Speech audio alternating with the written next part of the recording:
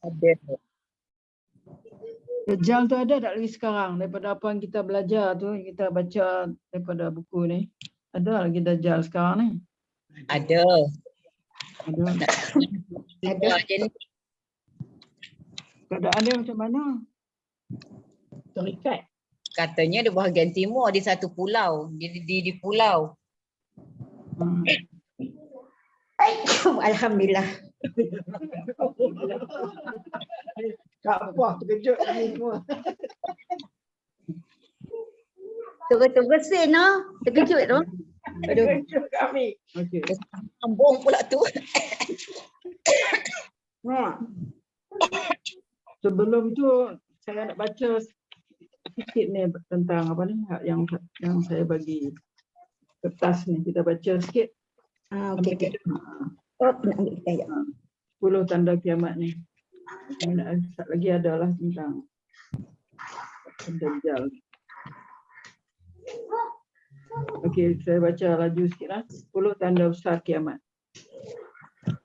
10 tanda besar kiamat. Latar belakang kemunculan bencana sebagai tanda hari kiamat makin hampir. Setiap Nabi diutuskan bagi memberi peringatan kepada kaumnya dengan membawa berita gembira, basyiron, dan ancaman naziro, basyiron wa naziro. Inna arsalna. Disebut basyiron itu membawa berita gembira dan membawa ancaman. Ini supaya kaum itu taat kepada Allah. Jika mereka taat kepada Allah, Allah akan memberikan kehidupan yang bahagia kepada mereka, selamat di dunia dan akhirat. Sebaliknya, jika mereka mendustakan rasul-rasul yang diutus itu, Allah akan menimpakan kiamat kecil ke atas kaum ini. Kaum itu, mana dianggap sebagai kiamat kecil, ini adalah ketetapan, ini sunnatullah yang berlaku sepanjang masa. Ada banyak contoh yang dikisahkan di dalam Al-Quran. Jadi kalau kita baca ada kisah Nabi Nuh, kisah Nabi Lut, kisah Nabi Hud, Nabi Saleh, semua tu balasan yang ditimpa oleh Allah kepada mereka itu dianggap sebagai kiamat kecil lah. Kiamat kecil je. Maknanya mereka ini akan akan menerima balasan lagi di akhirat nanti. Selepas kiamat besar, mereka akan menerima lagi. Kita tengok kiamat kecil pun dah orang kata apa? Orang kata tak sangga dah. Kiamat kecil pun. Di sini dia ada jadual lah. Ada jadual Nabi yang kita belajar dah pun dalam kita punya tafsir pada, mana kita ambil ingatan lah. Nabi utusan Allah sebagai Nabi Nuh, kaum dia kaum apa? Mesopotamia, kaum dia. Dosa-dosa kaum itu pada syirik dalam meminta hujan untuk pertanian. Dan mereka ini memusuhi Nabi Nuh. Azab dia adalah ditimpakan banjir besar. Itu yang semua orang tahulah. Banjir besar yang apa ni anak dia sendiri pun maknanya tidak ikut dia kan. Kemudian Nabi Hud itu diutus untuk kaum Ad. Mereka ni apa? Menyembah berhala. Dilanda angin sejuk selama 7 hari, selama 7 hari 7 malam. Bukan yang 7 hari 8 malam dekat tu. 8 hari 7 malam. 8 hari 7 malam kan. Tak boleh sama juga. 8 hari 7 malam. Itu Nabi Hud. Dan Nabi Saleh, iaitu kaum dia adalah kaum Samud, angkuh sombong pada perintah Allah. Allah. Sebab mereka tidak ingat kepada nasihat Allah supaya menjaga naqat Allah tu. Jadi balasan dia adalah gempa yang dahsyat yang mengakibatkan mayat penduduk bergelimpangan di tempat tinggal mereka sendiri. Nabi Lut itu kaum Sodom, homoseksual, liwat, ni fahisyah. Fahisyah ni kalau Allah sebut ataupun apa ni kita tengok dalam Al-Quran ada sebut fahisyah tu, maknanya dia tertumpu kepada ni lah, liwat, zina apa tu, masuk dalam fahisyah. Dan dosa mereka juga dalam mengusir Nabi Lut.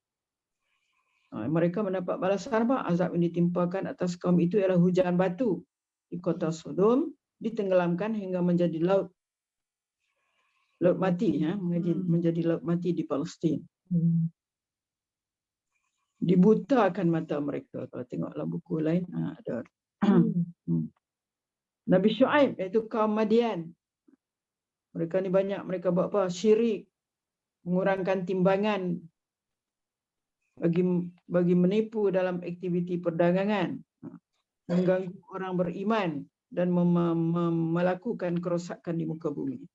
Balasan mereka, azab mereka ialah gempa dahsyat yang mengakibatkan mayat penduduk bergelimpangan di tempat tinggal mereka sendiri.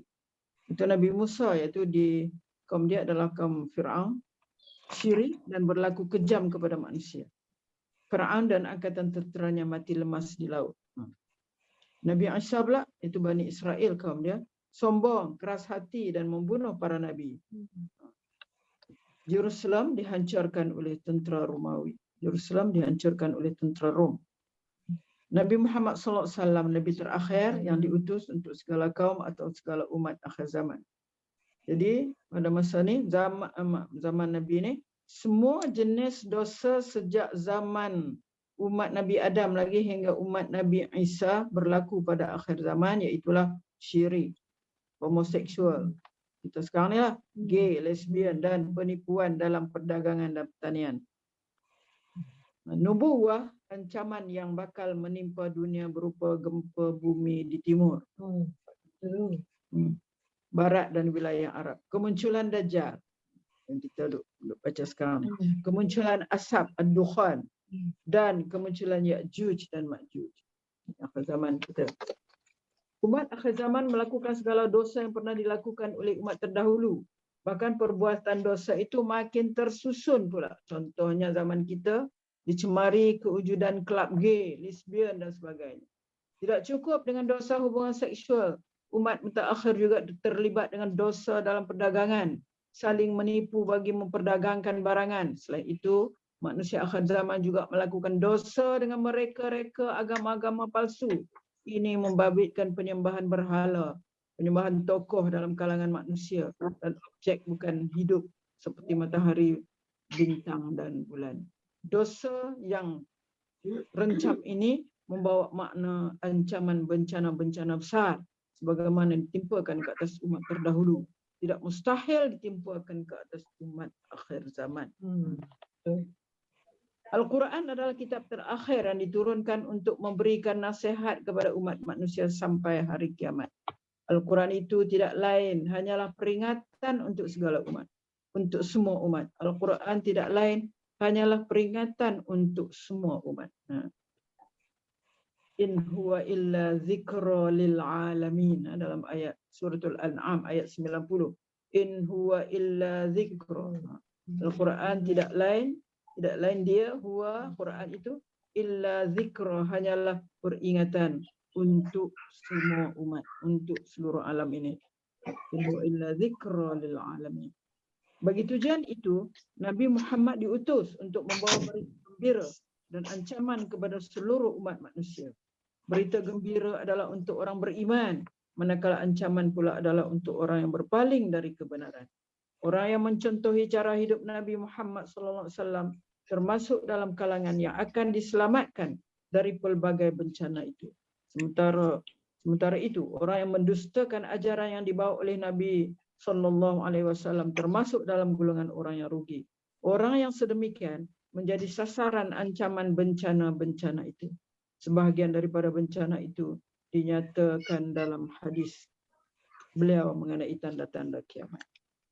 Tugas umat Muhammad melaksanakan tugas para nabi dan rasul. Ni kita kena ingat ni. Nabi Muhammad SAW adalah rasul dan nabi yang terakhir. Rasul Allah dan penutup nabi-nabi. Surah Ahzab. Surah Ahzab ada sebut dalam ayat 40, iaitu apa dia? Maka Muhammadun aba ahadim min rijalikum walakin Rasulullah wa khataman nabiyyin. Tidaklah Muhammad itu bapa bagi seseorang daripada kamu, tapi dia adalah Rasulullah wa khataman nabiyyin, dan nabi yang akhir. Wa kana Allah bi kulli syai'in alima. Semua Allah mengetahui setiap sesuatu. Di dalam surat Al-Ahzab. Ayat ini dia kata bukanlah Muhammad itu bapa bagi salah seorang kamu. Dia bersangkut dengan cerita mengenai Zaid bin apa yang kahwin dengan Zainab binti Jahsh. Kan Zaid tu mula-mula dianggap sebagai anak Nabi lah. Anak angkat tu dianggap sebagai anak Nabi. Sampai dikata Zaid bin Muhammad. Tapi Allah tegur dalam Al-Quran kata dia tu adalah bukan Nabi Muhammad, bukan bapa bagi salah seorang lelaki kamu. Kana Muhammadun aba ahadim min rijalikum walakin Rasulullah, tapi dia adalah Rasulullah wa khataman nabiyyin, dan nabi yang akhir. Ini bermakna selepas nabi tidak akan ada lagi nabi dan rasul. Implikasi daripada hakikat ini adalah segala tugas dan tanggungjawab mengingatkan manusia tentang Al-Quran berada di atas bahu setiap muslim. Mana setiap kita ni bertanggungjawab mengingatkan Al-Quran. Bukan sebiji Al-Quran tu kita nak ingatkan apa-apa isi yang ada dalam Al-Quran lah. Yang kita faham, ada hukum hakam, ada di sana syariat, ada di sana akhlak, ada di sana akidah, apa semua tu mana yang tu.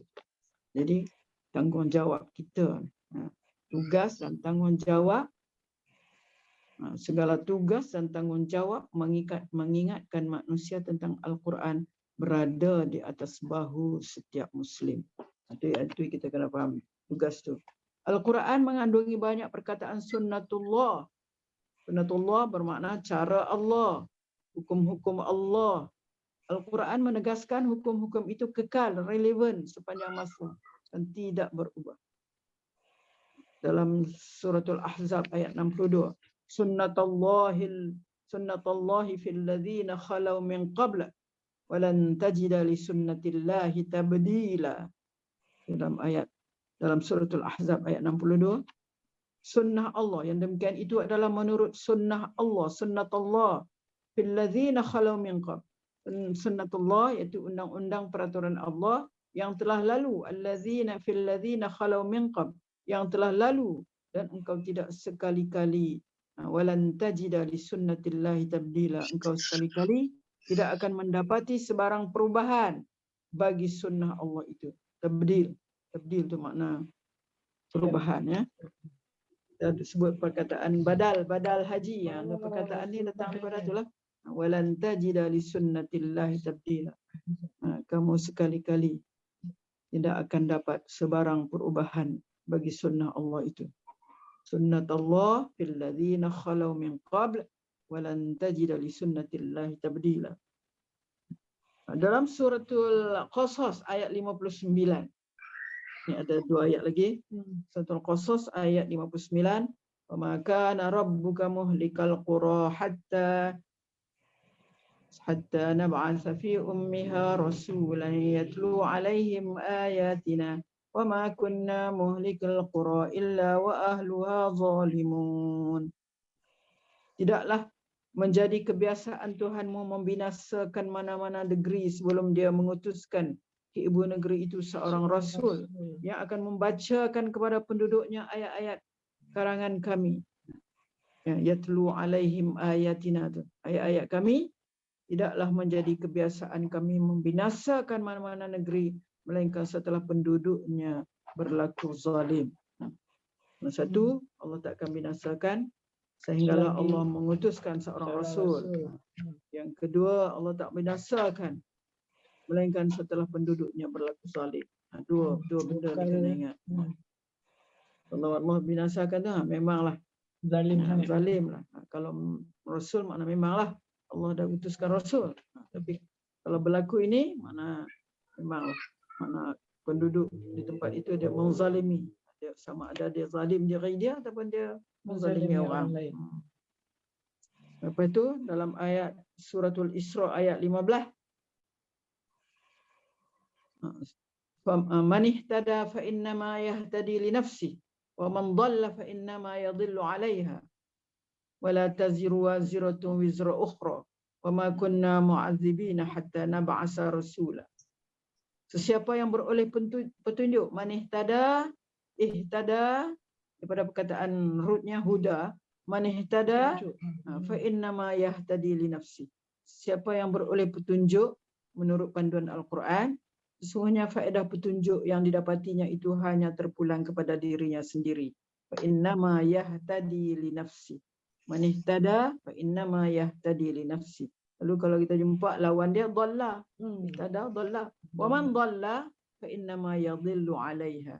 Dan sesiapa yang sesat, maka sesungguhnya kesan buruk kesesatannya hanya ditanggung oleh dirinya juga, dan seorang yang boleh memikul, tidak akan memikul dosa perbuatan orang lain, bahkan dosa usahanya sendiri. Dan tidaklah kami mengazabkan sesiapa pun sebelum kami mengutuskan seorang rasul. Dalam ayat tadi juga lah, untuk menerangkan yang benar dan yang salah. Jadi berdasar kepada ayat-ayat tadi ini, ayat di atas, maka tugas seorang Muslim adalah berdakwah bagi menyampaikan ajaran Islam ke seluruh alam. Mereka yang bertungkus lumus menyampaikan ajaran Islam akan diselamatkan daripada berbagai bencana. Seperti ini dia nak buat apa? Perumpamaan lah. Maknanya nak umpamakan orang yang dia ada Islam dan dia ada tugas dia sebagai tugas dia adalah dia kena menyampaikan seruan Islam itu. Ini dia nak buat perumpamaan lah seperti anggota polis. Dia memiliki pakaian seragam dan tugas. Tugasnya adalah menjaga keselamatan dan disiplin masyarakat. Dalam perumpamaan polis tadi, apabila seorang itu sudah memakai pakaian seragam polis tapi tidak menjaga keselamatan dan disiplin, dia tidak dianggap sebagai seorang polis. Hakikat ini terpakai pada individu yang bergelar Muslim. Muslim tu mana pakaian tu tadi? Seperti polis. Seorang Muslim juga memiliki pakaian yang melambangkan identiti Islamnya. Dia juga mempunyai tugas. Pakaian seorang Muslim adalah rukun Islam, iaitu syahadah, salat, puasa, zakat dan haji. Tugasnya pula adalah berdakwah bagi menyebarkan hidayah rahmat ke seluruh alam. Jika seluruh Muslim itu hanya menjalankan rukun Islam, dia sekadar seperti orang yang memakai pakaian Islam, namun selagi dia belum menjalankan tugas berdakwah, dia belum dikira sempurna. Lagi dia belum menjalankan tugas dakwahnya dan belum dikira sempurna. Dakwah itu yang menyebabkan seseorang ataupun sesuatu kaum itu diselamatkan daripada bencana ataupun tidak. Ini tugas dakwah juga. Ini akan menyelamatkan kita. Mana kalau kita menjalankan. Wa ma ahlakna min qaryatin illa laha munzirun zikra wa ma kunna zalimin. Tidaklah kami membinasakan mana-mana negeri yang dibinasakan itu melainkan setelah diutus kepadanya lebih dahulu rasul-rasul pemberi amaran memperingatkan mereka, dan kami tidak sekali-kali berlaku zalim. Tadilah. Wujudan tanda-tanda kiamat sebagaimana yang dinyatakan dalam hadis Nabi, iaitu gempa bumi di barat, timur dan wilayah Arab dan kemunculan Dajjal, Asap dan Ya'juj Ma'juj membuktikan beliau memang layak diutus untuk umat akhir zaman. Kronologi. Tengok kronologi ni. Sebagaimana hadis yang direkodkan oleh Imam Muslim daripada Huzaifah bin Usaid Al-Ghifari, dia berkata, Rasulullah SAW pernah muncul di hadapan kami ketika kami sedang berbincang. Lalu beliau bertanya, apakah yang kamu semua sedang bincangkan? Mereka para sahabat menjawab, kami sedang berbincang mengenai sa'ah. Sa'ah itu mana hari kiamat. Beliau berkata, sesungguhnya kiamat itu tidak akan datang sehingga kamu melihat 10 ayat, 10 tanda sebelumnya. Beliau kemudian yang menyatakan ad-dukhan. Ini banyak riwayat ni ada, dia dulu kemudian ada tak lagi ada pendapat daripada 2 orang sarjana ni, Yusuf Abdullah, dan ada 10 ni ada yang dulu kemudian dia yang mula-mula tu pendapat tu. Beliau kemudian yang menyatakan pertama ad-dukhan, asap, kabut, asap.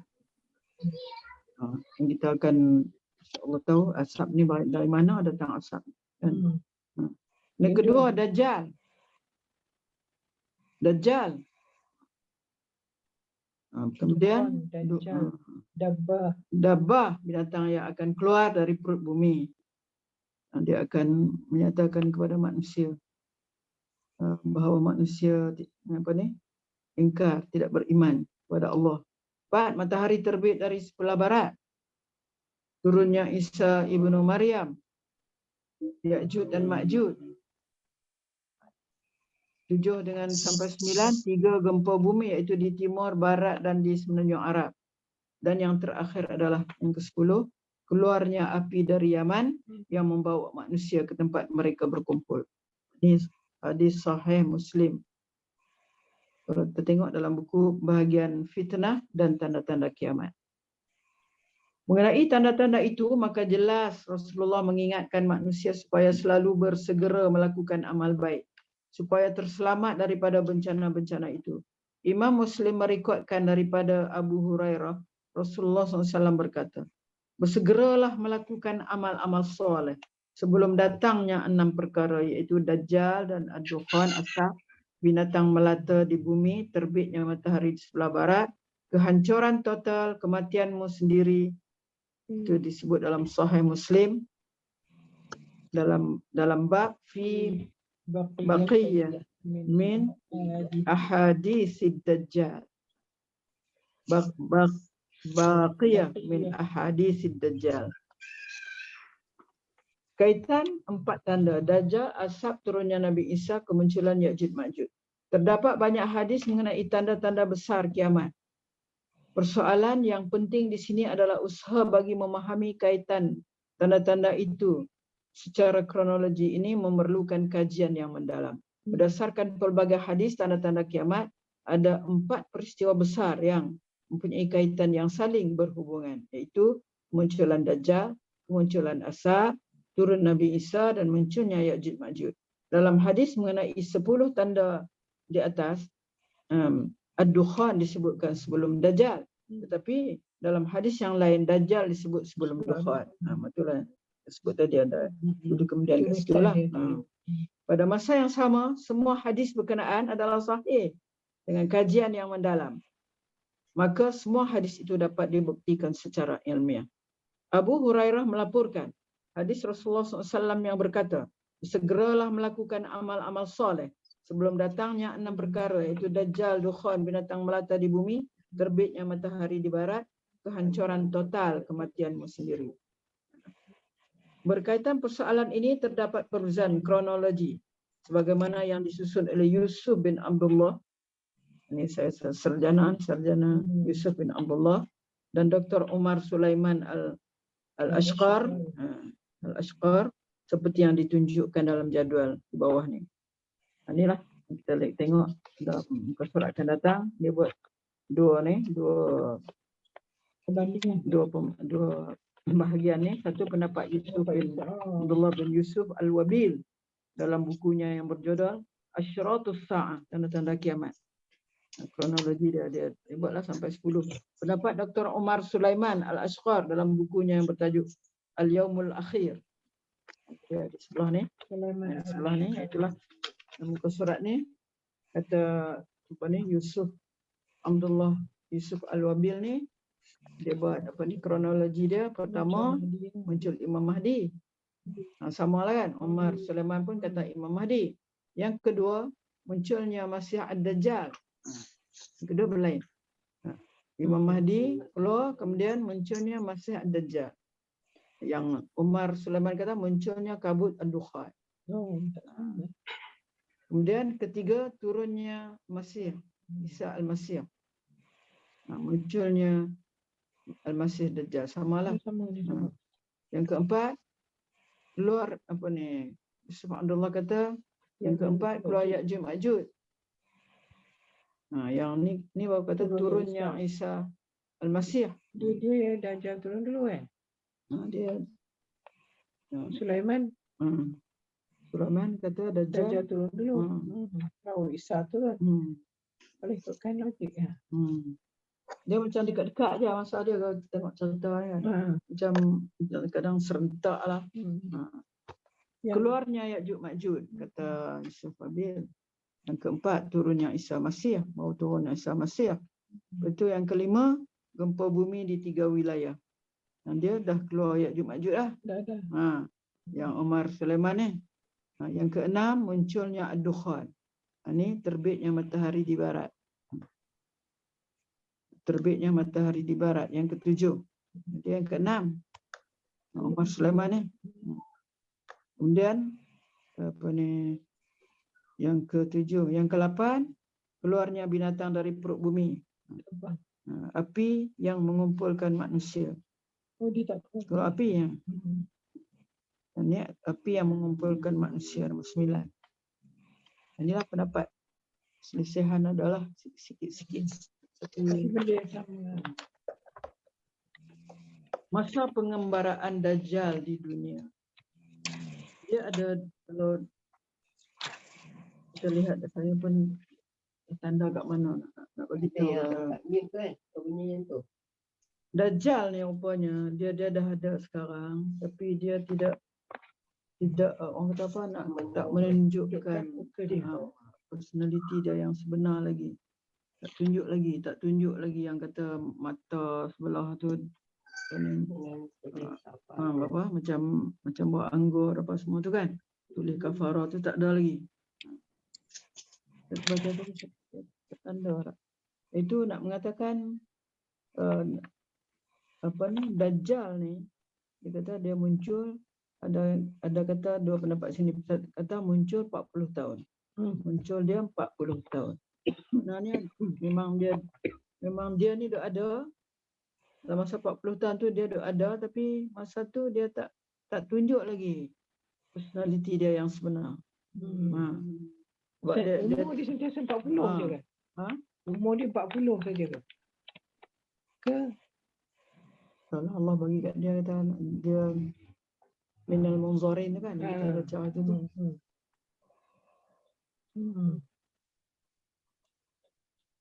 Mungkin lah kot kan. Jadi dia 40 tahun dia muncul tu, maknanya dia belum lagi menunjukkan jahat punya personality dia jahat. Pelang dia tak keluar. Cuma dalam buku yang saya baca, saya ni tanda amanah tanda tu. Dia kata cuma dia hantar orang-orang dia untuk asut. Kuncu-kuncu dia lah. Untuk asut. Yang kita kat sana jadi gini, kat sini jadi, dalam dunia ni kan. Dia kacau. Jadi kacau bilau semua tu. Katanya dia hantar. Jadi dan 40 hari ni, 40 hari ni yang baru dia tunjuk dia punya personality dia.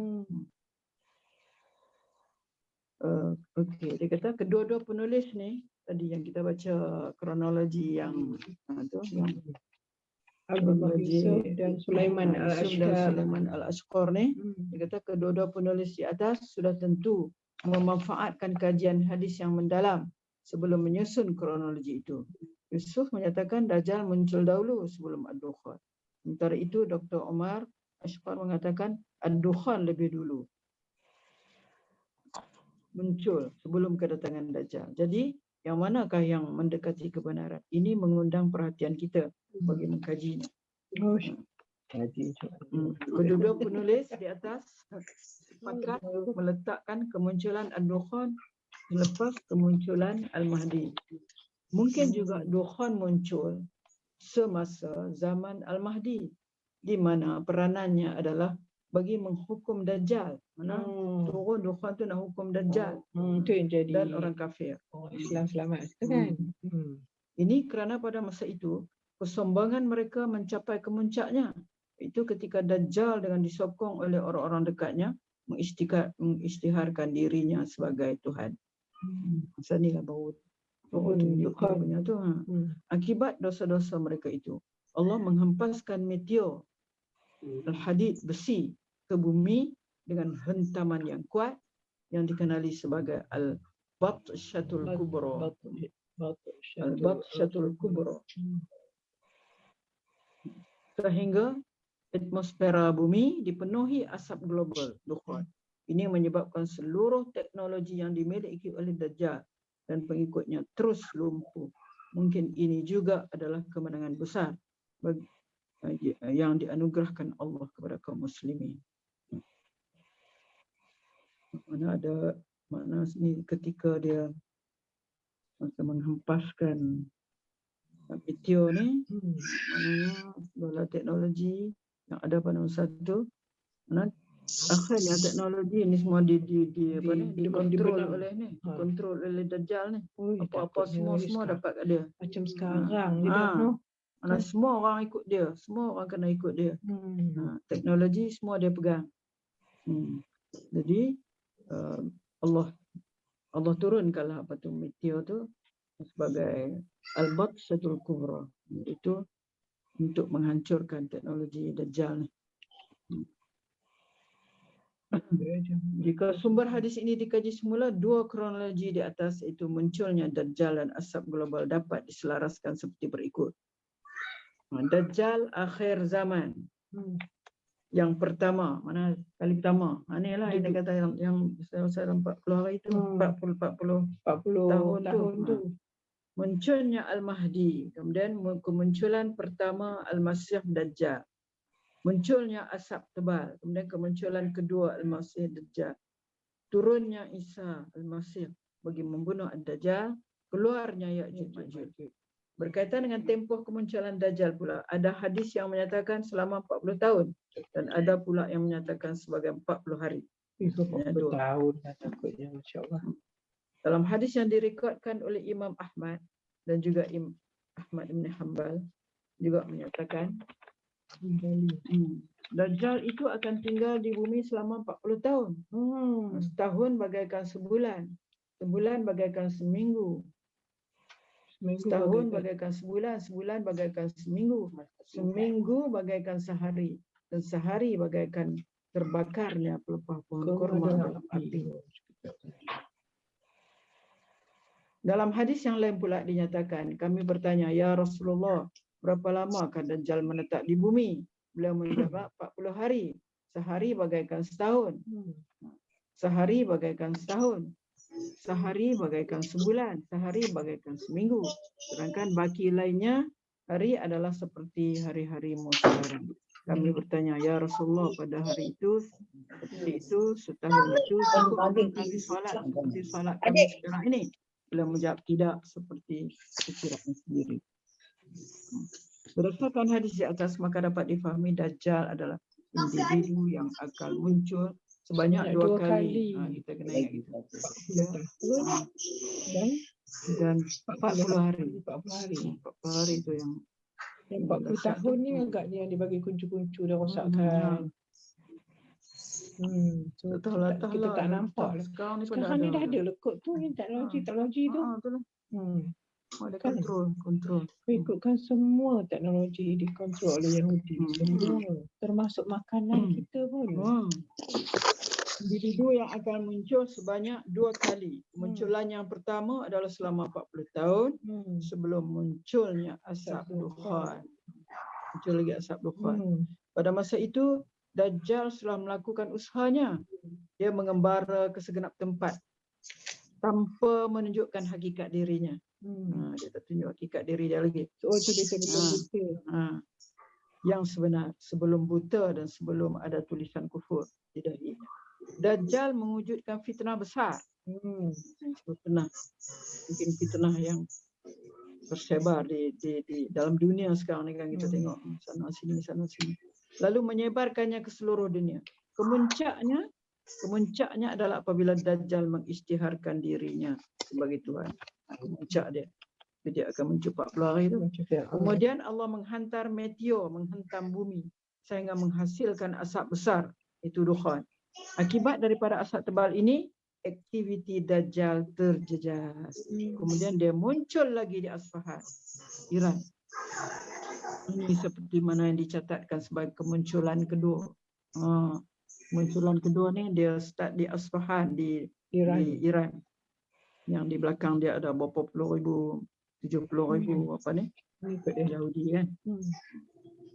Kemudian dia muncul lagi di Asfahan, Iran. Ini seperti mana yang dicatatkan sebagai kemunculan kedua.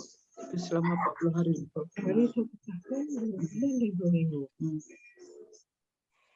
Oh, yelah, ini 40 hari dia. Waktu sama kita 1 tahun, 2 bulan dan 2 minggu. Tadi macam cepat kan mula tadi. Setahun bagaikan macam sebulan. ini macam terbalik pula. Ini macam kita dok rasa lah. Tak. Rasa Sekarang macam cepat. Sebulan macam seminggu. Dah baru aja hari tu rasa macam hari Jumaat. Esok lah. Dah nak Jumaat dah. Itu Pendek tu kan. mungkin kita boleh kata dia ada dalam masa yang pertama lah kot lagi ni, 40 tahun tu. Selagi Dukhan tak turun. Kemudian ini berlaku selepas kemunculan asap Dukhan. Kemunculan yang kedua ni. Pada masa itu Dajjal muncul secara terang-terangan. Pada masa itu susuk tubuhnya adalah sebagaimana digambarkan oleh Rasulullah. Itu sebelah matanya buta dan menonjol seperti buah anggur. Ia sebenarnya adalah seketul daging yang menutup kelopak matanya dan ada tulisan kafir di dahi. Kafir atau dari kafaro kan. Ada juga kemungkinan Dajjal mengembara ke semua kota negara di dunia selama 40 tahun, di mana setiap kota akan disinggah selama 40 hari. Selama 40 tahun apabila mengira berdasarkan tahun hijrah, dia akan melewati sebanyak 355 kota negara. Apabila kita mengira berdasarkan tahun Masihi pula, maka dia akan singgah di sebanyak 365 kota negara. Berdasarkan hipotesis di atas, maka kronologi yang berikut dapat disimpulkan. Dajjal berbuat kerosakan di bumi selama 40 tahun. Buat dah ni. Sekarang ni kot. Ya. Kemuncak kekacauan adalah dia mengisytiharkan diri sebagai Tuhan. Kemudian munculnya asap global akibat hentaman meteor besar di bumi. Bumi menjadi gelap selama lebih daripada setahun. Beberapa hari selepas kemunculan asap, Dajjal dan pengikutnya terjejas akibat asap berkenaan. Dahi dan wajah Dajjal membengkak hingga terbentuklah tulisan kafir di dahi Dajjal. Dajjal seterusnya keluar lagi selama 40 hari yang mana ia sama dengan 1 tahun, 2 bulan dan 2 minggu. 40 hari itu sama dengan 1 tahun, 2 bulan, 2 minggu. Nabi Isa akhirnya Nabi Isa turun membunuh Dajjal. Betul? Fir'aun juga ada. Itu kronologi tanda-tanda besar kiamat dan hari kiamat. Kita baca sekali dulu. Kita pergi kepada buku saya. Tempoh 40 hari Dajjal. Dajjal mengisytiharkan diri sebagai Tuhan. Lihat. Kemunculan dia buat kali kedua. Kali pertama, tempoh 40 tahun. Dajjal mengisytiharkan diri sebagai Tuhan. Allah menimpakan meteor ke atas bumi lantas mengakibatkan munculnya asap Dukhan. Ini berlaku pada pertengahan bulan Ramadan. Kita tak tahu bulan Ramadan mana. Pertengahan bulan Ramadan. Tempoh 40 hari Dajjal. Langit menjadi gelap kerana ditutupi asap selama lebih daripada setahun. Asap daripada meteor tu gelap selama selama lebih daripada setahun. Dajjal dan para pengikutnya terjejas oleh asap berkenaan. Wajah membengkak, buta dan pekak. Pada masa yang sama, orang beriman hanya ditimpa penyakit ringan kerana gejala seakan selesema. Orang beriman ya. Kedua, 40 hari yang sama dengan 1 tahun, 2 bulan, 2 minggu tu. Tempoh dia ada dalam tu. Nabi Isa muncul di Damsyik. Nabi Isa muncul di Damsyik. Dia dekat-dekat ya tu. Muncul di Damsyik. Masa ni Dajjal dah mengaku dah dia Tuhan dah. Teruk dah masa ni. Angkat tumbul. Muncullah Nabi Isa di Damsyik itu di Masjid Umawi, di Masjid Umawi. Dah gambar ni apa ni? Menara Putih. Menara Putih.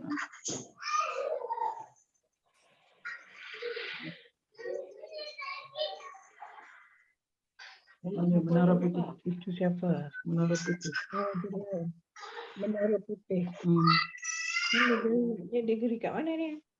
Di Syria lah, di Damsyik. Nabi Isa muncul di Damaskus. Dia turun di menara ni, lepas itu baru dia pergi ke Baitul Maqdis. Lepas dia muncul Agaknya depa tengok betul lah. Ha? Depa pun kita benar putih ya. Tahu? Depa Ha. betul nak. Tak tahu. Gambar Menara Putih. Menara Putih. Menara Putih di Damsyik. Saya dah sampai dah dulu. Sampai dah? Sampai. Kita tengok terasa macam mana. Tak rasa apa. Duduk sini. Tak apalah kita dah tahu kan. Kita dah. Kan? Nabi Isa muncul di Damsyik. Mana di menara ni lah. Dia turun dengan di apa ni, diiring oleh 2 orang malaikat. Tangan dia meletak atas rambut dia macam basah turun. Macam mendarat kat atas tu lah. Menara. Orang lain tiba-tiba tengok ada dah. Dia turun tu waktu apa? Menara ni sekarang masjid Masih ada menara. Masih. Masjid lah. Masjid Masjid Jamek Umawi, Damsyik atau Masjid Umayyad atau Masjid Umawi. Masjid Umawi. Dalam tu lah ada ni Nabi Yahya punya ni Makam. tak tahu kepala saja ke ada badan tak tahu lah. Sebab dia kena ni kan, dia kena Nabi Yahya dengan Nabi apa? Zakaria Yahya. Ya, Dua anak tu kan. Zakaria. Nabi Yahya dia kena potong kepala dia. Siapa kena potong? Serta dia. Bukan kepala terbelah 2 kau Ustazah. Bukan dia Ada potong Cik kepala Rawizah terbelah 2. kan? Kepala kena potong. Badan kot belah 2. Kepala kena potong. Kepala kena potong. Kepala kena potong. Sebab apa kena potong kepala? Kena tahu kat cerita ni. Masa cerita dah. Ampun, kami tak main Sabtu. Kan? Dia pun main. Ni Cik Tima pi yang Sabtu. Jawab. Ramizah apa dia apa? Hampa tak mau babak. Hampa cerita lah. Kalau Orang ni dakwah ni. Kena dakwah. Dia duduk tu cengang lah, duduk tu fikir ke mana tu. Melayang. Kenapa dia kena? Dia kena potong sebab ada seorang penguasa ketika tu yang nama dia apa? Oh, Masya-Allah. Penguasa ketika tu dia nak kahwin dengan anak saudara dia. Bercinta kepada tak anak. lagi. Kan itu hukumnya tak boleh kan. Dengan anak saudara dia. Allahumma ada salah cerita kat masjid kat surau Al-Um. Pak saudara dengan anak saudara bercinta. Mereka memang bercinta lah. Cinta orang. Betul. Apa ni bila main Nabi Yahya. Nabi Yahya. Dia tak setujulah. Jadi penguasa tu marah. Dan dia dengar. Dia dengar juga. Taat juga kepada anak saudara dia tu. Sebab anak saudara dia buat syarat. Kata kena apa ni potong kepala Yahya buat mai kat dia. So bukti dia dah bunuh. Dia perkahwin jugalah kan? Anak saudara empat saudara ni. Kahwin jugalah. Lepas Nabi mati.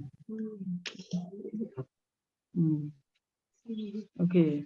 Nabi Isa membunuh Dajjal di gerbang Lut. Nabi Isa muncul di Damaskus, kemudian dia pergi ke Baitul Maqdis. Nabi Isa ni lepas tu dia pergi di Baitul Maqdis masa tu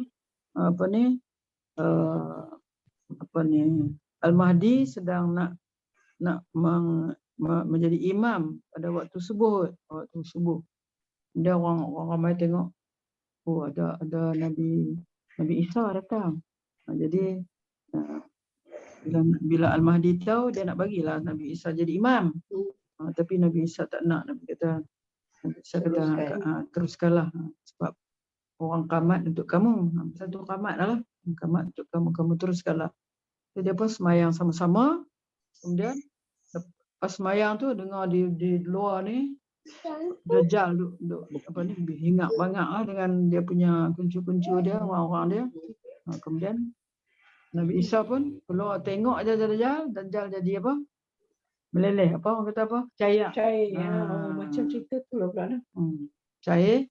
Kemudian Nabi Isa sendiri pergi tubuh kepada Dajjal dan dia bunuhlah dengan pedang dia. Dekat Palestin dekat padang dekat gerbang Lut. gerbang Lut. Lut, lidah, Lut. Nabi Isa membunuh Dajjal di gerbang Lut, Israel.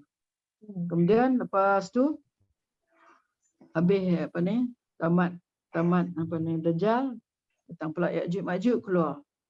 Nabi Isa dan kaum muslimin melarikan diri ke Bukit Tursina. Sebab Ya'juj Ma'juj ni satu bangsa yang sangat kuat yang agaknya membinasakan orang. Jadi Nabi Isa dan kaum muslim melarikan diri. Mana Allah wahyukan kepada Nabi Isa supaya bawa kaum muslimin mana ke Bukit Tursina. Dan Ya'juj Ma'juj mati dengan berkat doa Nabi Isa. Kemudian zaman kemakmuran di bumi. Lepas Ya'juj Ma'juj pun habis, Dajjal pun tak ada, Ya'juj Ma'juj pun dah semua dibinasakan. Zaman kemakmuran lah di bumi. Nabi Isa menghapuskan agama palsu, Nabi Isa berkahwin dan menunaikan haji di Mekah, dan Nabi Isa meninggal dunia. Dengan dikatakan dia punya tu dimakamkan dekat Nabi lah. Nabi. Kemudian kekafiran muncul kembali. Masa ni, zaman ni, kita dalam beberapa tahun yang makmur ni, zaman yang ada Nabi Isa ni. Dia turun 7 tahun lah. 3 tahun. Sampai dia wafat. Kemudian kekafiran muncul semula. Bila Nabi Musa meninggal, kekafiran muncullah semula, kemunculan golongan yang menyembah Nabi Isa. Macam semula itu. Macam semula di bumi dulu. Keluarnya binatang melata dari bumi. Matahari terbit dari barat. Inilah kata nak kita punya tak terima dah. Taubat kita tak terima dah ni ketika matahari terbit dari barat ni. Tapi masa ni masih lagi duk kena sembahyang lah. Cuma taubat je. Taubat tak terima. Taubat tak terima dah. Apa yang mana masih lah. Mana Masih orang beramal ibadat macam biasa lah. Cuma taubat je. Tapi kemungkinan tak ada dah mungkin ni sebab ada yang menyembah sembah Nabi Isa balik dah. dia dah jadi Kalau sesat dia lah. pun sikit je lah kan. Sikit je lah orang dia. Tapi yang banyaknya sembah Nabi Isa balik. Lepas tu last sekali dah sampai tak ada dah orang ni, barulah angin lembut cabut roh orang beriman. Nama Allah tidak lagi disebut. Dunia hanya dihuni orang kafir. Patung Lata, Uzza dan Zil Khussah disembah di tanah Arab. Zina berlaku di jalanan. Majoriti bangsa Rom dan sangkakala pertama ditiup. Kiamat pertama 40 tahun. Langit terbelah. Mega supernova, matahari digulung. Ini boleh kita ikuti depan ni. Manusia mati secara berurutan. Sangkakala kedua ditiup dan seluruh umat manusia dihidupkan kembali. Kiamat kedua, manusia berdiri di hadapan Allah selama 50,000 tahun. Syurga. Itu ada ini syurga dan neraka. Di belakang ni ada tu kan? Kronologi tanda-tanda kiamat tu. Bolehlah baca, tengok pelan-pelan, ingat balik. Last sekali syurga neraka. Okey. Pilih pergi mana? Jangan ada dah tengok ni. Okay, kita pergi kepada apa? Muka surat 122. 122. Itulah Untuk selamatkan daripada fitnah. untuk selamatkan daripada fitnah Dajjal. Rasulullah telah meninggalkan. Muka surat 122. Cara untuk selamatkan dari fitnahnya. Fitnah Dajjal lah. Fitnah dia apa dia? Cuba kita bila bilang tengok daripada apa yang kita faham, kita baca tu, apa dia fitnah dia? Di antara fitnah dia. Dia kata ni aku bawa roti ni, aku bawa makanan orang semua. tengah lapar. Air tak ada. Nah, sebelum muncul Dajjal tu memang berlaku. Maknanya 3 tahun. 3 tahun orang kebuluran. 3 tahun. Makna Allah perintahkan kepada bumi. Tak payah tumbuh. 1/3 malah setahun pertama. 1/3 daripada tu jangan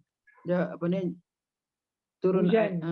turun hujan dan tumbuh-tumbuhan Sikitlah 1/3. dah kurang, dah 1/3. Lepas tu berlaku, lepas tu tahun kedua 2/3. Tak ada dah. Lebih tak ada. Air, tumbuh-tumbuhan, binatang-binatang semua matilah. Lepas tu tahun ketiga tu habis 1 titik air pun tak ada. Allah. Semua tumbuh-tumbuhan tak ada. Tak ada. Sehingga kan ditanya kepada Rasulullah, habis makan apa? Habis orang pada ketika itu makan apa? Berzikir saja. Sebenarnya kalau bagi orang beriman ni, zikir itu adalah sebagai makanan pada dia. Zikir itulah bertahlil, bertahmid, bertasbih. bertasbih. 3 tu. Subhanallah, alhamdulillah, la ilaha illallah. Okey. Lagi apa dia? Fitnah dia? Fitnah Dajjal. Boleh hidupkan orang mati tu. Macam-macam. Dia kata Bagi mak dalam Dia mak boleh pasal balik lah. Itu yang dia lupa diri dia mengaku Tuhan. Maknanya di antara fitnah dia, katalah dia kata ke orang tu, kamu mau tak? Kamu mau nak tengok mak? Aku nak hidupkan balik mak ayah kamu. Kemudian syaitan lah tolong dia. Syaitan tolong. menyerupai ibu atau ayah atau orang-orang yang dia sayang. Orang yang dia sayang. Mau, dia kata mau. Tu ikut Dajjal lah tu. Dah ikut Dajjal lah tu. dah dibawa makanan, dibawa air, semua ke Allah Akbar. Mana kita tahu takutnya. Yang satu masa kita kena tambat anak-anak perempuan tu. Tapi itu kalau ikutkan kita tengok macam kena tambat, ikat. Kan kalau kita sekarang ni, zaman sekarang ni, kan makanan walaupun banyak, tapi bukan halal. Dan macam-macam benda. Boleh jadi juga kan. Disuntik benda lah, ayam buat macam-macam lah. Rasulullah telah meninggalkan kepada kita beberapa cara perlu diikuti supaya kita dapat selamat dari fitnah Dajjal. Dengan cara-cara itu ialah pertama, memahami bahawa Dajjal itu adalah pendusta dan pembohong serta mempunyai beberapa kelemahan yang jelas sekali. Di antaranya ialah buta mata sebelah kanan. Seandainya dia sebagai Tuhan, sudah tentu ia dapat menghindarkan cacat yang jelas terdapat di mukanya itu. Dajjal takut kalau ada orang yang sempat memerhatikan kekurangannya ini. Oleh kerana itu, apabila ia selesai memfitnah orang di satu tempat, dia akan segera lari dari situ. Dia takut ada orang yang meneliti keaibannya. Jadi macam manusia masuk ke sini, dia rosak-rosak, dia lari tempat lain. Godaan syaitan-syaitan itu seperti apa yang telah disebutkan pada hadis yang sebelumnya. Kamu Kedua, ada tertulis di dahinya perkataan kafaro yang bererti ia adalah seorang yang kafir. Tulisan ini akan dapat dibaca oleh setiap Muslim, baik yang boleh membaca atau tidak. Jadi orang Islam tidak perlu terpedaya dengan godaannya. Apakah lagi hendak mengatakan dia sebagai Tuhan. Ketiga, kita kena belajar. Kita tahu Jawi semua. Jadi ni seorang aja ke tu ramai yang tu. Apa dia? Yang ada orang yang ada tulis kafarah ni. Dia seorang je lah. Tapi dia pergi seluruh pelusuk tu lah. Mana dia ni kecepatan dia tu punya Allah bagi cepat dia. Bayangkan Sungai Ramadan nak pergi sana ikutkan. Di mana pun dia sampai. Dikatakan kat mana cerok pun dia sampai. Kan? Itulah fitnah. Dia boleh bawa fitnah. Ketiga, menghindarkan diri daripadanya baik dengan cara pergi ke Mekah atau Madinah atau berdiam di rumah dan jangan bergaul sama sekali dengan masyarakat yang telah tergoda oleh fitnah Dajjal. Dan hendaklah ia melarang golongan perempuan dan anak-anak untuk keluar rumah kerana kebanyakan pengikut Dajjal adalah dari kalangan orang jahil dan golongan perempuan seperti yang disebutkan di dalam hadis.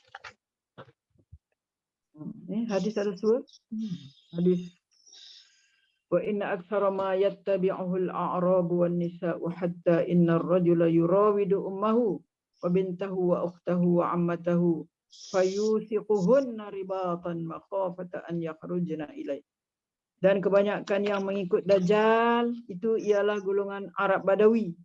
Arab Badawi. Sebab mereka itu jahil kan. Mereka itu Semua orang tak terpelajar lah. Orang yang jahil ilmu agama. A'rab tu jahil ilmu agama. Wanisa dan perempuan. Kita minta doa Allah supaya Allah hindarkan daripada anak cucu kita, cicit kita akan datang. Hindarkanlah ya Allah. Hatta innar rajula, sehinggakan Seorang lelaki rajula sehinggakan seorang lelaki yurawidu ummahu. Mana dia tu? Yang Membujuk ibunya. Sehinggakan seorang lelaki memujuk ibunya, anaknya, saudara ibunya dan perempuannya. Ia terpaksa mengikat mereka dengan tali supaya mereka jangan keluar menemuinya. Yurawidu ummahu wa bintahu wa ukhtahu wa ammatahu. Pujuk, jangan keluar tu. Takut. Jadi berdiam di dalam rumah dan tidak bergaul dengan orang yang telah terpengaruh dengan pikiran Dajjal merupakan salah satu dari jalan yang selamat. Dan tidak usah difikirkan dari mana mendapatkan makanan dan minuman, kerana telah disebutkan sebelum ini bahawa tasbih dan takbir dikala itu berfungsi sebagai makanan dan minuman bagi orang-orang yang beriman. Apa dia tasbih, apa dia kan sekarang anak. Mana kita kena kuatkan itulah, membaca doa-doa tu kan. Doa-doa tahiyat tu. Keempat, membaca 10 ayat pertama atau 10 ayat terakhir dari surah Al-Kahfi seperti apa yang disebutkan dalam hadis Rasulullah. Wa man hafidha 10 ayatin min awal suratul Kahfi musima min ad-dajjal. Wa fi riwayah min akhir al-Kahfi. Ada riwayat menunjukkan daripada awal surah 10 ayat awal surah, dan ada riwayat mengatakan daripada akhir surah Kahfi. Mana dua-dua lah. Kita amal, kita bacalah dua-dua sekali. Yang lebih baik baca semualah. Barang siapa yang hafal 10 ayat dari awal surah Al-Kahfi, ia akan terpelihara daripada godaan Dajjal. Dan dalam riwayat lain, barang siapa yang hafal 10 ayat yang terakhir daripadanya. Jadi ini surah Al-Kahfi yang harus kita faham. Ya. Jadi mungkin kita boleh tanya di sini, apa kaitannya Kahfi dengan Dajjal ni? Takkan nak hafal gitu je kan? Mesti nak kena mesti ada tadabbur dia punya tu lah kan. Jadi di sini kita tengok sekali, saya akan kita tadabbur sekali lah. Alhamdulillahillazi anzala ala abdihil kitaba wa lam yaj'al lahu iwaja. Segala puji bagi Allah yang telah menurunkan kepada hamba-Nya Muhammad akan Al-Quran dan dia tidak menjadikannya padanya sesuatu yang bengkok. Maka tidak dijadikan Al-Quran itu sesuatu yang tidak betul lah. Bahkan keadaannya tetap qayyiman. Mana keadaan tetap tu qayyiman liyunzira ba'san syadidan min ladun. Bahkan keadaannya Quran itu tetap benar. Tetap benar. Quran itu untuk memberi, tujuannya adalah untuk memberi ancaman sekeras-kerasnya kepada orang yang ingkar dari sisi Allah. Yang kata basyiran wa nazira tu, beri ancaman itu nazira lah. Al-Quran ni memberi ancaman sekeras-kerasnya kepada orang yang ingkar di sisi Allah dan memberi berita gembira basyiran kepada orang-orang yang beriman. Yubasyir, dia kata di sini, yubasyirul mu'minina allazina ya'maluna as-salihat anna lahum ajran hasana. Mengerjakan amal soleh, memberikan berita gembira kepada orang-orang yang beriman dan beramal soleh bahawa mereka akan mendapat balasan yang baik. Mereka tinggal tetap di dalam selama-lamanya. Makisina fi abada. Mereka tetap berada di dalamnya selama-lamanya. Balasan baik sini adalah surga lah. Kemudian ayat yang seterusnya, yang keempat, Allah kata ma lahum bihi mil'a wa yunziru allazina qalu ittakhazallahu walada. Dan Al-Quran itu memberi ancaman kepada orang yang berkata, Allah mempunyai anak. Kristian. Mungkin inilah yang ada kaitan. Yang ada kaitan dengan Ad-Dajjal ni. Sebab orang di akhir zaman ni kebanyakan orang Kristian masuk orang Kristian kan, orang Kristian yang banyak ni. Yang di akhir zaman maknanya kena baca dan faham benda ni kan. Apa yang dikata ni? Al-Quran memberi ancaman kepada orang yang berkata Allah itu ada anak. Oh. Kristian lah kata Allah ada anak, Allah tu Trinity dah apa kan. Sebenarnya mereka ini yang kelima. Malahum bihi min almin, sebenarnya mereka tidak mempunyai apa-apa pengetahuan mengenainya dan tidak juga datuk nenek mereka. Mereka kata begitu tanpa ada mereka yang mereka rekakan ni. Bukan mereka ada pengetahuan pun tentang bahasanya Allah tu ada anak. Sebenarnya orang-orang dia yang mereka kan kata Allah tu ada anak. Sebenarnya mereka tidak mempunyai apa-apa pengetahuan mengenainya dan tidak juga datuk nenek mereka. Sebenarnya kan Datuk nenek mereka pun tak tahu juga. Besar sekali perkataan syirik mereka itu. Syiriklah. Sebab kata Allah ada anak, syiriklah. Besar sekali perkataan syirik yang keluar dari mulut mereka.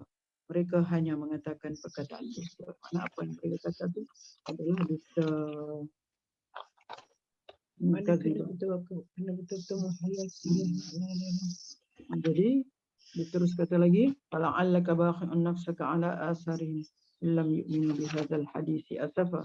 Yang keenam, kami akan jadikan maka barangkali engkau wahai Muhammad, fala'allaka bakhi'un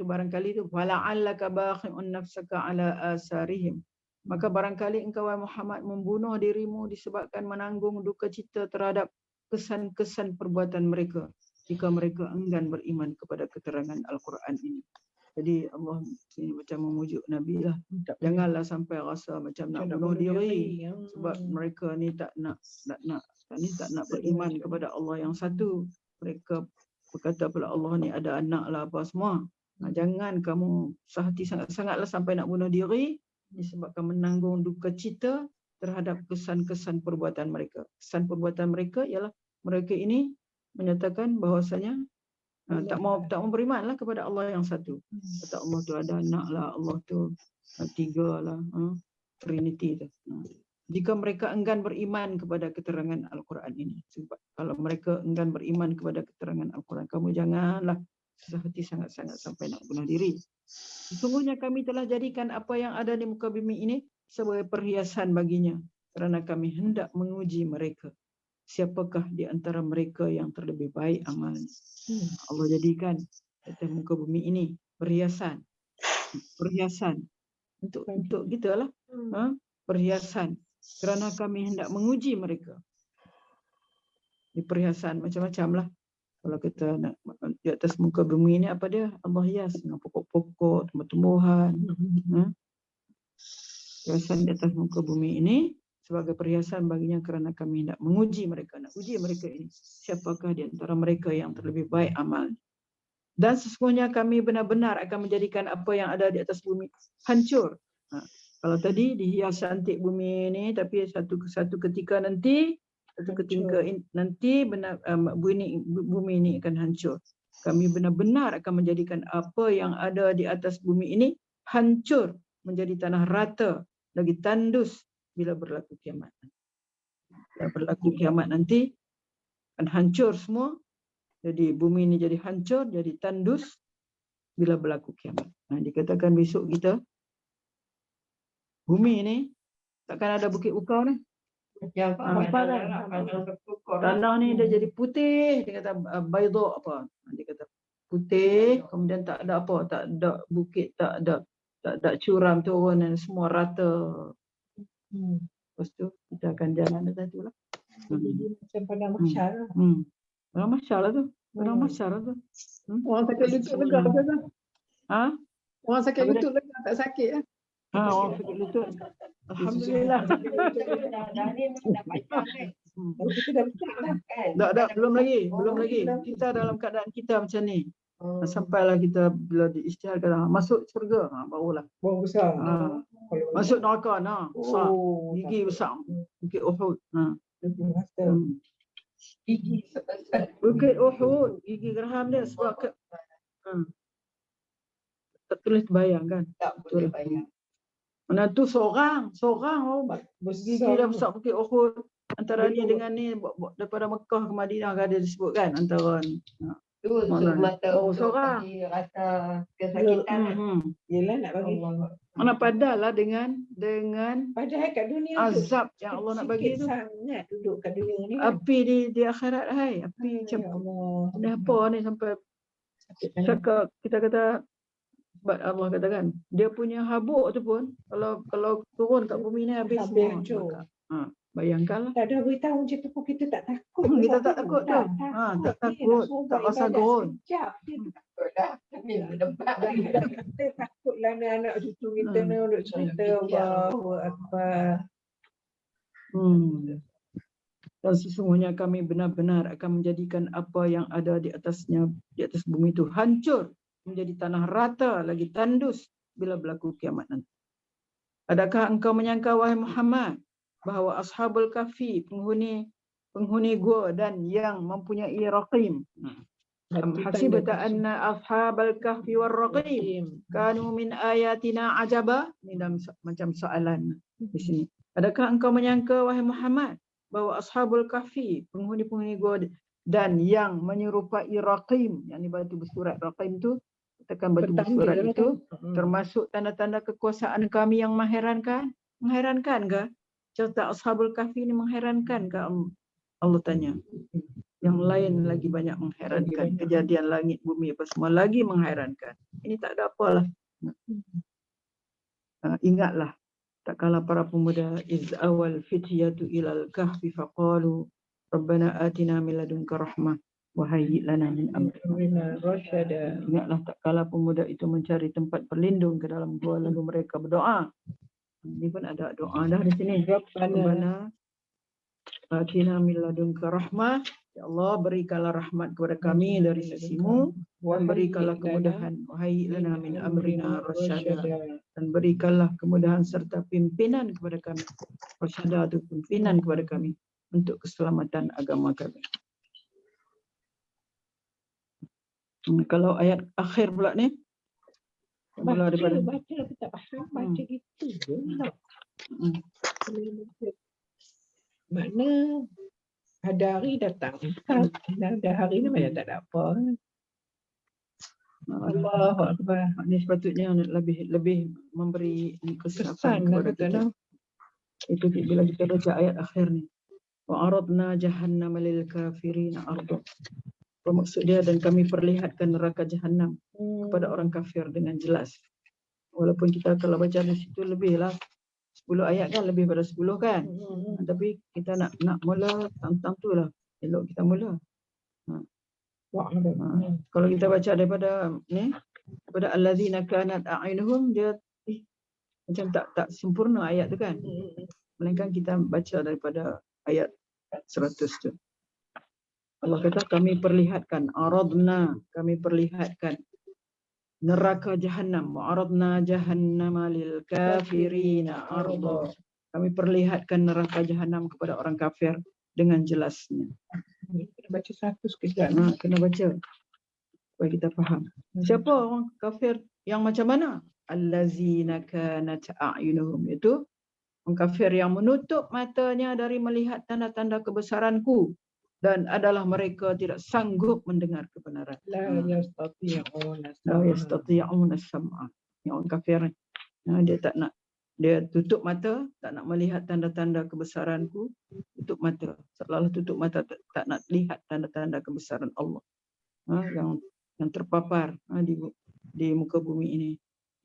Dan adalah mereka tidak sanggup mendengar, juga tidak sanggup mendengar kebenaran. Kemudian ayat seterusnya, afahsibal ladzina kafaru an yattakhizu ibadi min duni awliya inna a'tadna jahannama lil kafirina nuzula. Maka apabila orang kafir menyangka bahawa mereka dapat mengambil hamba-hambaku sebagai penolong selain aku, sungguhnya telah kami sediakan mereka jahanam itu sebagai tempat tinggal bagi orang-orang kafir. Di sini pun mana ada unsur itulah, maknanya apa dia?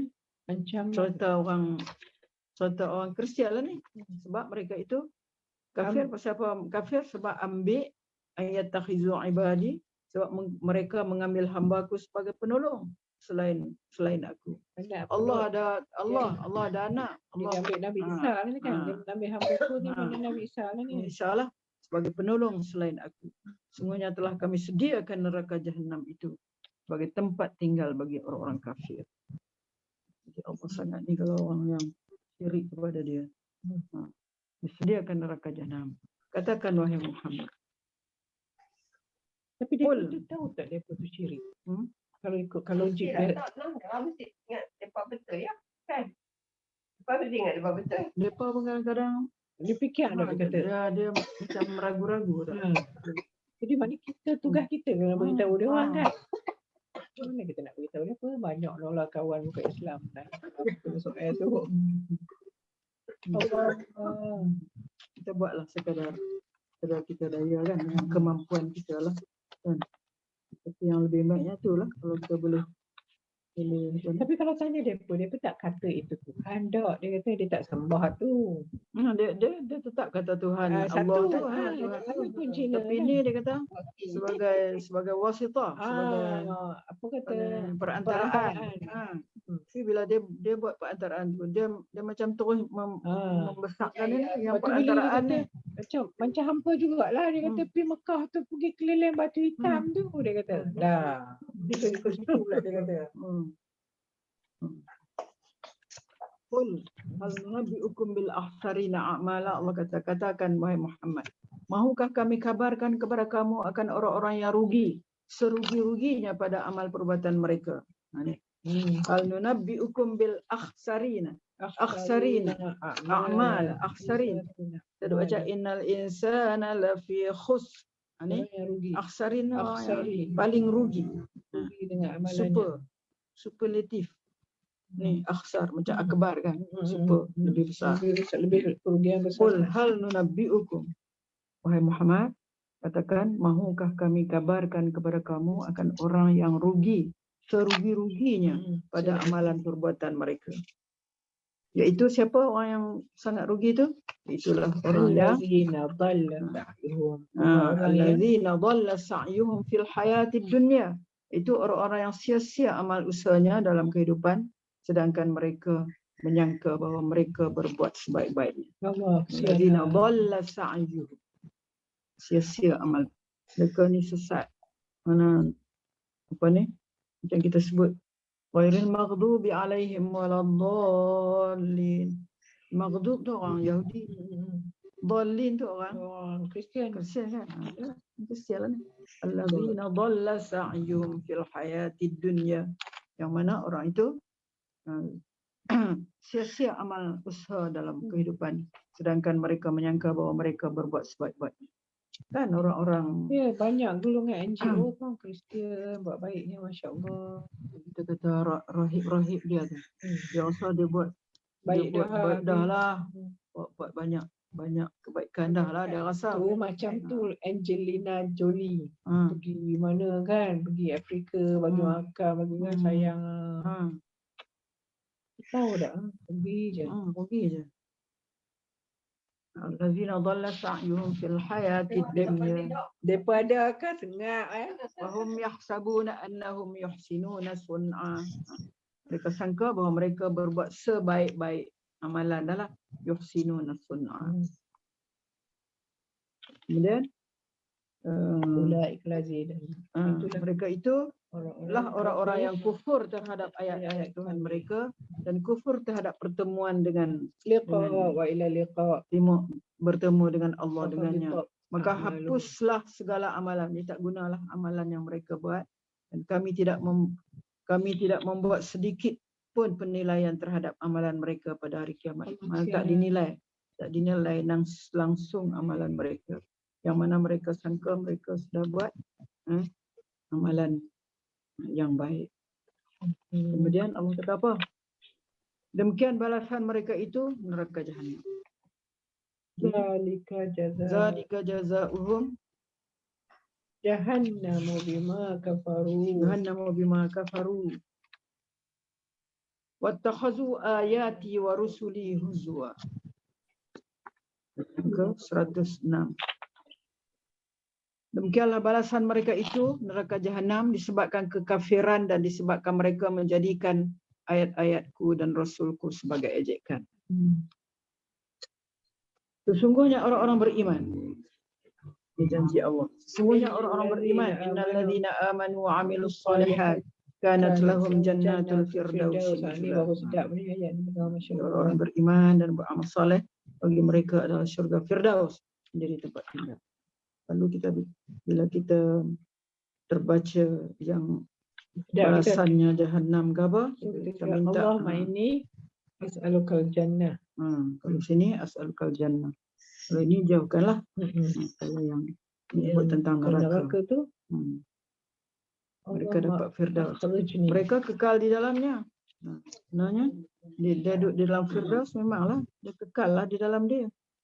La yabghuna anha hiwala. Tak mau nak keluar-keluar. Mereka kekal di dalamnya, mereka tidak ingin berpindah daripadanya. La yabghuna anha hiwala. Tak nak hiwala pindah. Wallau kana al-bahru midadan li kalimati rabbi lanafidal bahru qabla an tafada kalimatu rabbi. Walau ji'na bimislihi madada. Katakan wahai Muhammad, kalau sekiranya lautan menjadi tinta untuk menulis kalimah-kalimah Tuhanku, tentu akan habis kering lautan itu sebelum habis kalimat-kalimat Tuhanku. Walaupun kami datangkan lagi dengan lautan yang sebanding dengannya sebagai tambahan. Nah, kita boleh lihatlah dan ini tulisan-tulisan mengenai ilmu Allah ni, mengenai kita lihat beribu-ribu juta tulisan-tulisan yang tak habis-habis lah sampai sekarang ditulis. Katakan wahai Muhammad, qul law kana al-bahru, qul itu yang 110 lah. Qul innama ana basyarum mislukum yuha ilayya annama ilahukum ilahun wahid. Katakanlah, sesungguhnya aku adalah manusia seperti kamu yang diwahyukan kepadaku. Annama ilahukum ilahun wahid. Ingat, Tuhan itu adalah Tuhan yang satu. Oleh kerana itu, barang siapa yang mengharap, faman kana yarju liqa'a rabbih falyamal amalan salihan, hendaklah mengerjakan amal yang soleh dan janganlah ia mempersekutukan siapapun dalam ibadah kepada Tuhannya. Faman kana yarju liqa'a rabbih falyamal amalan salihan wala yusyrik bi'ibadati rabbih ahad. Dan ayat-ayat yang akhir sebagai amalan juga ni. Sebagai amalan juga pada kita. Qul innama ana basyarum mislukum yuha ilayya annama ilahukum ilahun wahid. Faman kana yarju liqa'a rabbih falyamal amalan salihan wa la yusyrik bi'ibadati rabbih ahad. Saya ingat tok saudara saya, dia kata, hang baca ayat ni kalau hang nak jaga waktu tahajud, hang baca ni. Nama ana basyarum mislukum yuha ilayya Inna basyarum mislukum. ana basyarum mislukum yuha ilayya annama ilahukum ilahun wahid. Faman kana yarju liqa'a rabbih falyamal amalan salihan wa la yusyrik bi'ibadati rabbih ahad. Dan mengikut setengah ulama, ayat yang dibacakan untuk terpelihara daripada fitnah Dajjal itu ialah ayat 102 sampai 110 dari surah Al-Kahfi. 1-2 bulan. Dia dalam ya. Kita baca daripada tadi bah. Satu baru ada kesimpulan cerita. Baca sajalah. Dia ayat Quran. Jadi sebenarnya surah Kahfi itu apa ni? Kita kata pertalian yang kita sebut kata macam mana? Cerita tentang kaitan dia Dajjal dengan surah Kahfi. Sebenarnya dalam surah Ghafir pun ada ayat 57. Kalau siapa teringin nak surah Ghafir ayat 57. Ayat 57 Allah ada sebutkan yang mana ulama mentafsirkan yang dikehendaki dengan perkataan An-Nas di situ ialah Dajjal. Itu yang bunyinya dalam surah Ghafir ayat 57 dan ayat 58 pun nanti ada kaitan dia. Surah Ghafir ayat 57, la khalqus samawati wal ardi akbaru min khalqin nas walakinna aktsaran nasi la ya'lamun.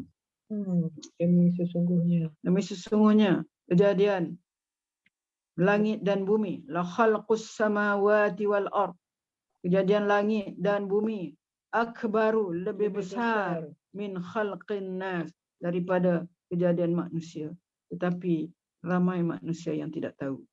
Jadi ulama meletakkan An-Nas itu yang dikehendaki ialah Dajjal. An-Nas merujuk kepada Dajjal. Buku surat 473. An-Nas itu merujuk kepada Dajjal seperti dinyatakan oleh Yusuf tadi, Kepada Yusuf Al-Wabil Dajjal. tadi. Penciptaan langit dan bumi lebih besar dari penciptaan Dajjal adalah ketika orang Yahudi mengagungkan Dajjal. Orang Yahudi dia agungkan Dajjal, dia duduk tunggu-tunggu ni. Dajjal tu boleh bagi apa Dia duduk cara. tunggu-tunggu Dajjal ni. Dia dan akan ada 70,000 orang daripada apa ni pengikut Dajjal ni. 70,000 orang Yahudi daripada Asfahan yang akan apa ni menolong, yang akan mengikut Dajjal. Ikut sampailah dia apa ni Dajjal ni pergi bertemu dengan Nabi Isa dan pergi apa ni nak melawan dengan orang-orang mukmin. Mereka ni lah. Itu di zaman Rasulullah, beberapa orang Yahudi datang kepada sahabat Nabi. Mereka ini mengagungkan raja mereka, maksudnya Dajjal lah. Mereka yang akan muncul di akhir zaman, yang kononnya akan mengalahkan kaum muslimin. Jadi Allah menjawablah dengan menurunkan ayat ni lah. La khalqus samawati wal ardi akbaru min khalqin nas walakin aksaran nasi la ya'lam. Surah Ghafir ayat seterusnya ayat 58 tu, sebab Allah ada sebut apa? Wa ma yastawil a'ma wal basir walladzina amanu wa amilus solihat walal musii qalilan ma tazakkarun. Tidak sama orang yang buta dan orang yang melihat, dan orang yang beriman dan beramal soleh, dan orang yang melakukan kekejian. Qalilan ma tazakkarun, sedikit sangat kamu yang beringat dan insaf. Jadi apabila kita baca ayat tu, kita tengok ada disebutkan di atas tu dapat tema ada tentang buta, a'ma. Adalah ini ada hubungan langsung dengan Dajjal, yang buta sebelah matanya. Dan tadi So dia buat perumpamaan. Apa yang dia beritahu sebenar tapi tak ada jelas. Tidak sama orang yang buta dan orang yang melihat. Tidak sama orang beriman serta beramal soleh. Soleh dan orang yang jahat. Sedikit sangat mereka yang jadi dia kata ada hubungan langsung dengan Dajjal. Ada hubungan dengan ayat tadilah. An-Nas tu. Yang buta sebelah matanya. Yang buta sebelah matanya, serta dia ni membutakan ramai manusia. Dia dahlah buta, dia butakan orang pula dengan pendustaan dia, sebagaimana yang kita lihat dan kita dengar daripada hadis yang menyebutkan tentang fitnah Dajjal.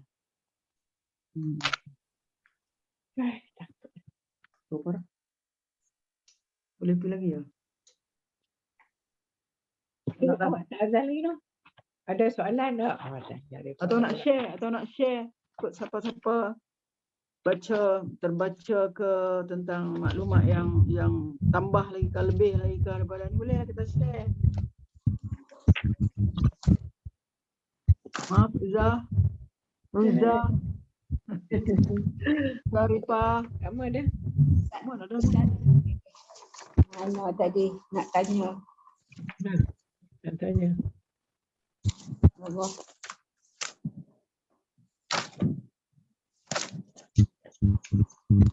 Okey, Ustazah. Tadi kan dalam Ustazah terangkan tadi mengenai apa?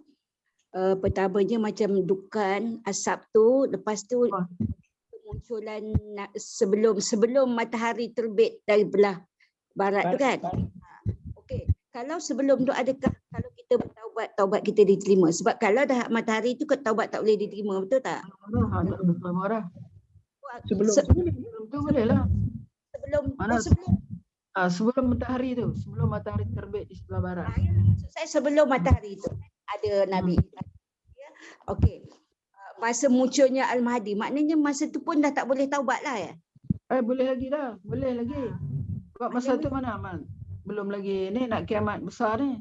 Belum munculnya matahari sebelah barat tu kan. Okey. Masa tu memang muncul masih boleh.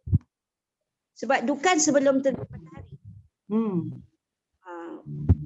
Kan. Okay. Sebab Mahdi datang pun untuk nak membela balik agama Islam ni yang dibawa oleh Nabi Muhammad.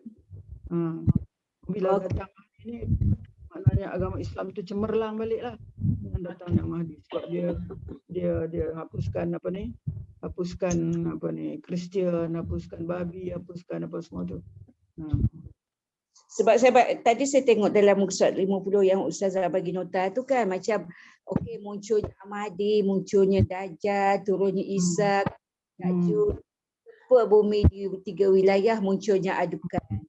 Tapi terbitnya matahari dari barat. Maknanya masih last kali turun itulah matahari terbit matahari dari barat tu. Tapi ada hadis yang Nabi kata bila terbit je matahari dari barat tak diterima dah taubat. Ada dalam hadis lain dia disebut.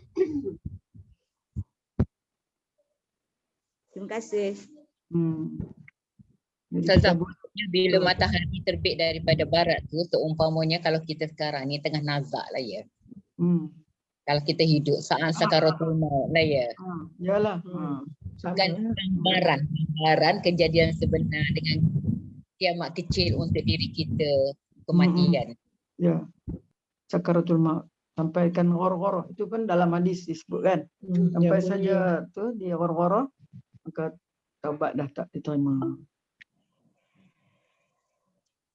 Itulah yang disarankan supaya kita banyak membuat kebaikan. Badiru bil a'mal, segeralah melakukan kebaikan. Bersegera. Tapi sebabkan masa tu tengah banyak gangguan dengan syaitan kan. Masa kita nazak sana. Pasti kita beringatkan nak bertaubat. Kan? Itu antara iman lah. Katanya sampai kongkong lah tu. Ada lah, tapi dah orang kata apa, tak ada ni dah lah. Kalau kita tak ada harapan dah lah. Kalau kita ingat pun tak ada harapan lah. dipegang kepada amalan kita lah tu.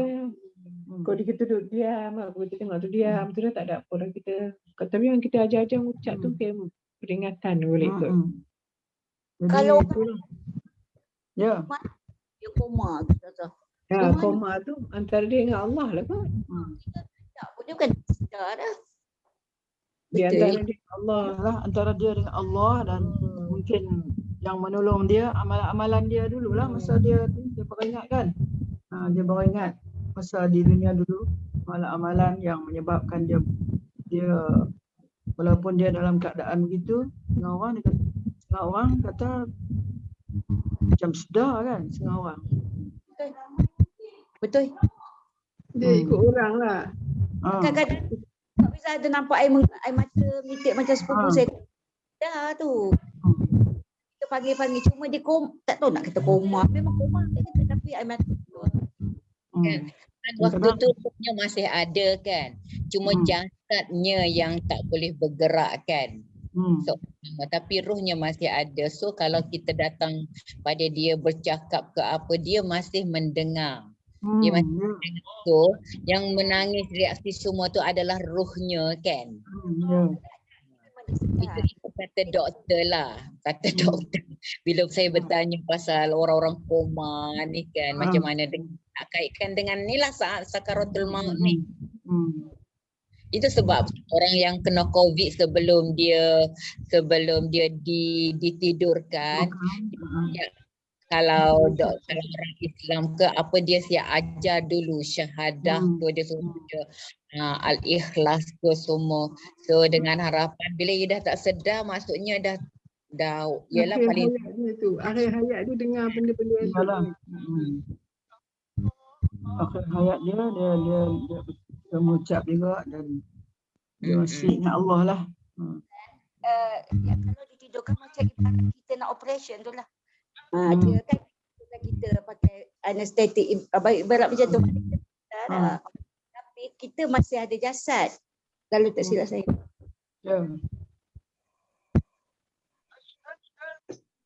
itu operation besar-besar. Saya yang nak buat endoskopi pun doktor suruh syahadat tu. Kita Sekarang tak belum views dia dah satu. Sebab views tu tak boleh. Memang. Takutlah tu saya takut sangat tu. Kesan views, kesan views. Aku dah Tak nak tahu. sedangkan sekarang kalau dulu pun ada. Kau bilang lah 1, 2, 3. Tak dia kau bilang tak apa dia sembang tu sembang hilang terus ya kan. Tanya anak berapa yang nombor 1 apa ingat pergi yang private Cina ni hospital.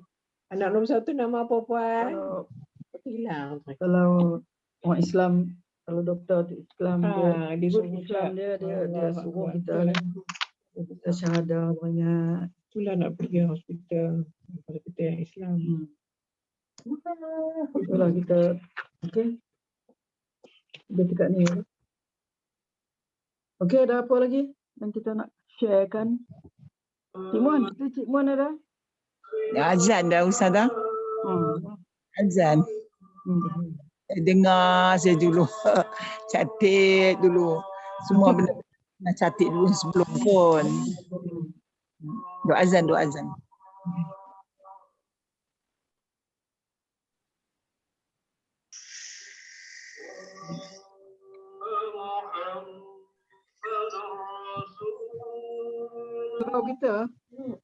Surau kita.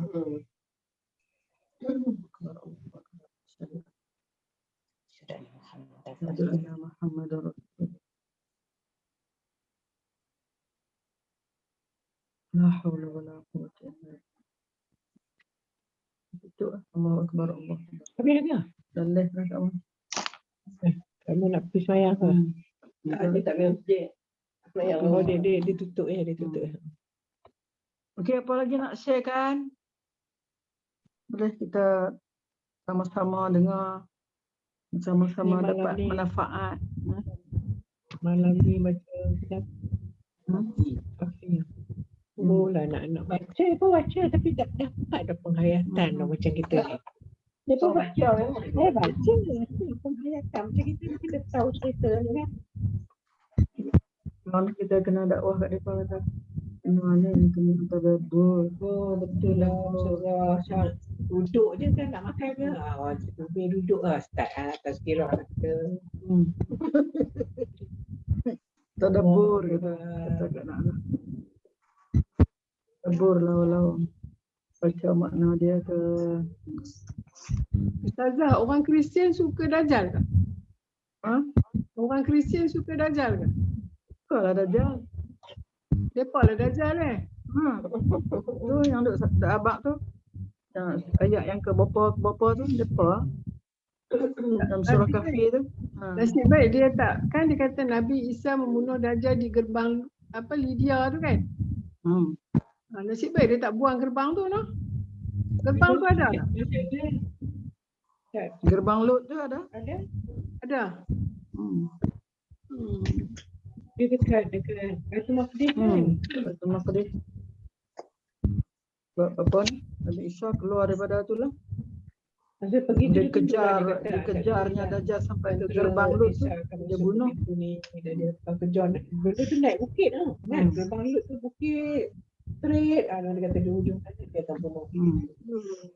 Dan dalam masa yang sama orang yang sebenarnya dekat grup dia tak. Dia bercerita kat dia dah cair dah kan. Dia dah cair dah. Tapi Allah nak tunjukkan kata biarlah Dajjal ni mati di tangan Isa.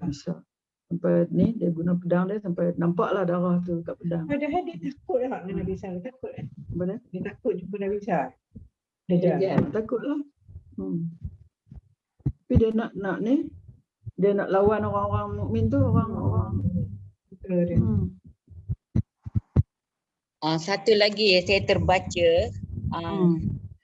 Rasulullah berpesan, ini siapa nama penulis ni dah lupa dah. Perbanyakkanlah mengucap ya zal jalali wal ikram. Ya zal jalali wal ikram. Ya. Sebab tu saya punya bagi doa kepada setengah-setengah tu yang buku saya terjemahkan banyak sebut ya zal jalali wal ikram. Itu kebaikannya, maknanya ada ganjarannya. Kalau kita baca banyak-banyak ya zal jalali wal ikram kan lama kan kita rasa macam mana ya? Sayur sebab menitih air mata. Itulah mana terpulang kepada kita menghayatinya. Ya Zal Jalali wal Ikram. Allah punya kebesaran, kemuliaan. Nak faham dari itu yang sebenarnya taklah juga, tapi ialah Besar mana Mana bila kita menghayati betul-betul kan sesuatu yang kita doa ke, kita zikir kan, memang akan kesan kepada diri kita. Kita boleh menangis, kita boleh mendalam. Kan sekali dua kita buat. Itu boleh nangis. Itu boleh nangis takut. ni lah Itu boleh baca buku Latazan. Kalau baca buku Latazan tu kan banyak yang esok ke tempat lain nampak. Tu kadang balik dah. Bangun pukul 2:30 ke balik. Balik ya. Seorang lah, alhamdulillah. Bukanlah buat kita duduk.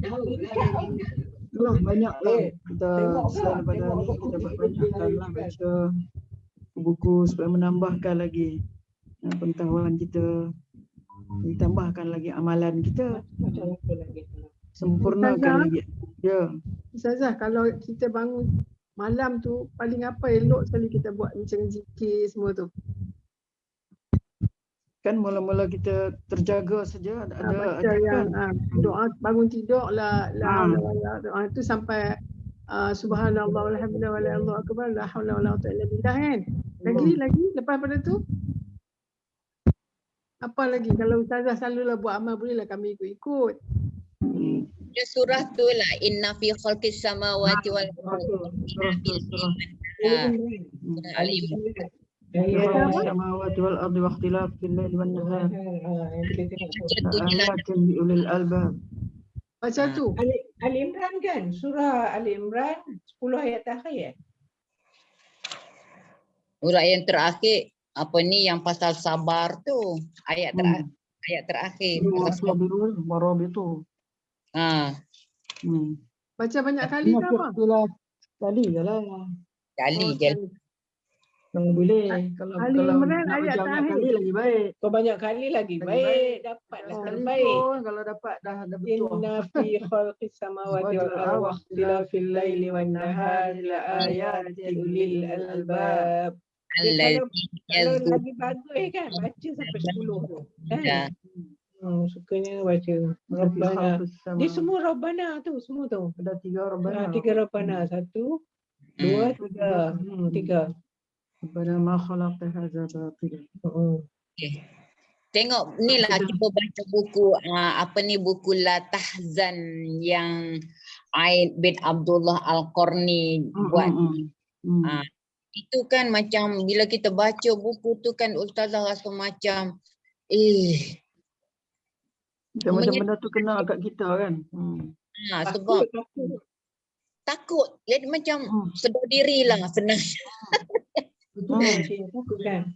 Satu amalan pula kita. Bangun tu dia sudah cakap dengan siapa? Cakap dengan you nak bangun ke tak? Okey, bangun lah. Sudah kalau boleh amalan tu kita istiqamah lah. Apa-apa amalan yang kita buat tu hendaklah kita istiqamah kan. Istiqamah dia yang bangun tahajud malam tu. Leaflet tu. Termasuk dah 10 ayat terakhir ni. Amalan dia di antaranya kita baca Quran kan. Dan zikir-zikir tu lah. Zikir-zikir. Tapi kan doa-doa. Kita tengok ucapan apa ni buku-buku banyak-banyak kan dia kata kalau waktu sebelum subuh kebanyakan orang kata beristighfar kan afdal. Tetapi saya terbaca satu artikel saya lupa siapa dia kata berselawat kepada Rasulullah terlebih afdal daripada kita beristighfar kerana bila kita beristighfar belum tentu Allah terima istighfar kita, tetapi apabila kita berselawat pasti Allah terima, malah Allah ganda lagi. Maksudnya berselawat tu lebih afdal lah kan. kalau selawat yang berganda ada. Yang pula kita abaikan istighfar dua sekali lah. Jangan kita abaikan pula istighfar. Sampai kita ingatlah. Itulah istighfar dulu, lepas tu kan sementara nak pergi masjid dalam kereta. Wabil asharihum yastaghfirun tu ayat Quran kata tu. Pada waktu sahur hendaklah kamu beristighfar. Kita buatlah masa tu. Kan? Ambil kesempatan buat masa tu banyak-banyak. Dan di masa-masa lain pun kita istighfar jugalah. Bila kita ingat kita istighfar lah. Dan memang tidak dinafikan bahawasanya salawat kepada Nabi itu memang kena buat.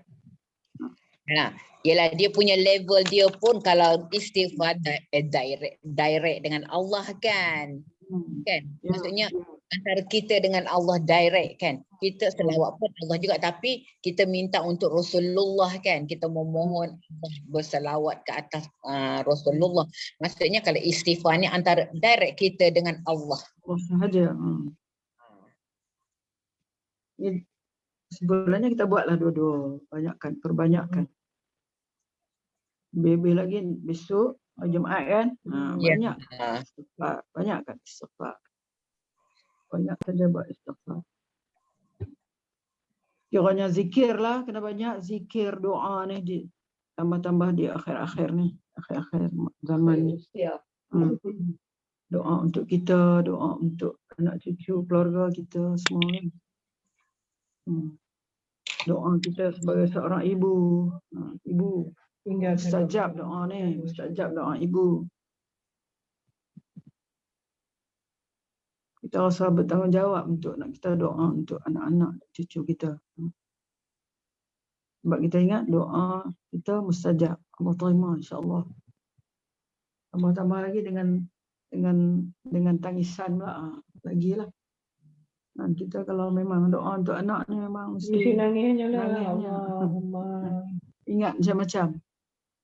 Siang tadi nak marah. Siang tadi nak marah lah. Nak kelakuan. Bila malam tengok Allah sedihnya. Tengok dia tidur. Kita yang gagal. Sebenarnya bukan mereka tau. Siang tadi nak marah. Aku marah sungguh lah. Bila malam Allah kesiannya. Minta gitu je lah. Minta apa? Minta lembutkan hati dia. Ya Allah, lembutkan hati mereka ya Allah. Ya Allah. Ya muqallibal qulub, insafkanlah mereka ya Allah.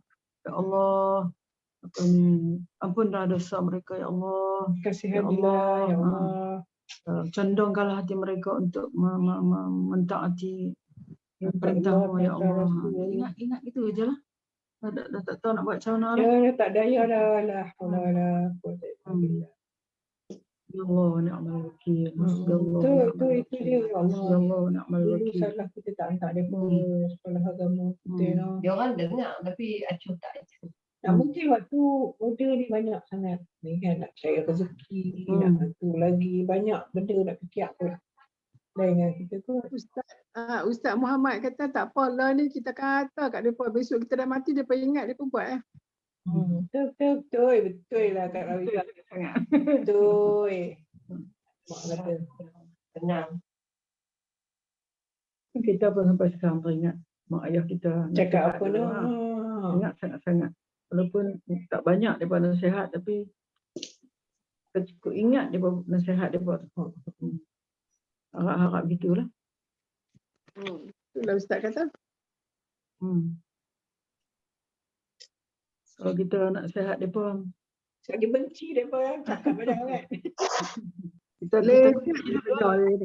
Kita kunci dululah, kita kata memanglah tahu, mama tahu kamu orang tak suka cakap banyak-banyak ni. Tapi nak peringatkan juga sebab sayang. Nak peringatkan juga sebab sayang. Kalau tak sayang memang tak mau cakap lah. Sebab sayang. Buat apa buatlah. Betul. Itulah. Nanti kita nak minta mereka ingatlah besok-besok orang ada biasa. Mak kita gini sayang. Kadang-kadang kalau bangun malam-malam pun Ustazah kan macam tak sempat je, rasa tak cukup. Yalah kita nak mandi semua kan. Lepas tu istighfar 100. Kita baca Allah Malaka Ghafurul Karim Tuhibbu Afwa Fa'ani itu 100. Lepas tu baca apa? Doa Nabi Yunus. Betul.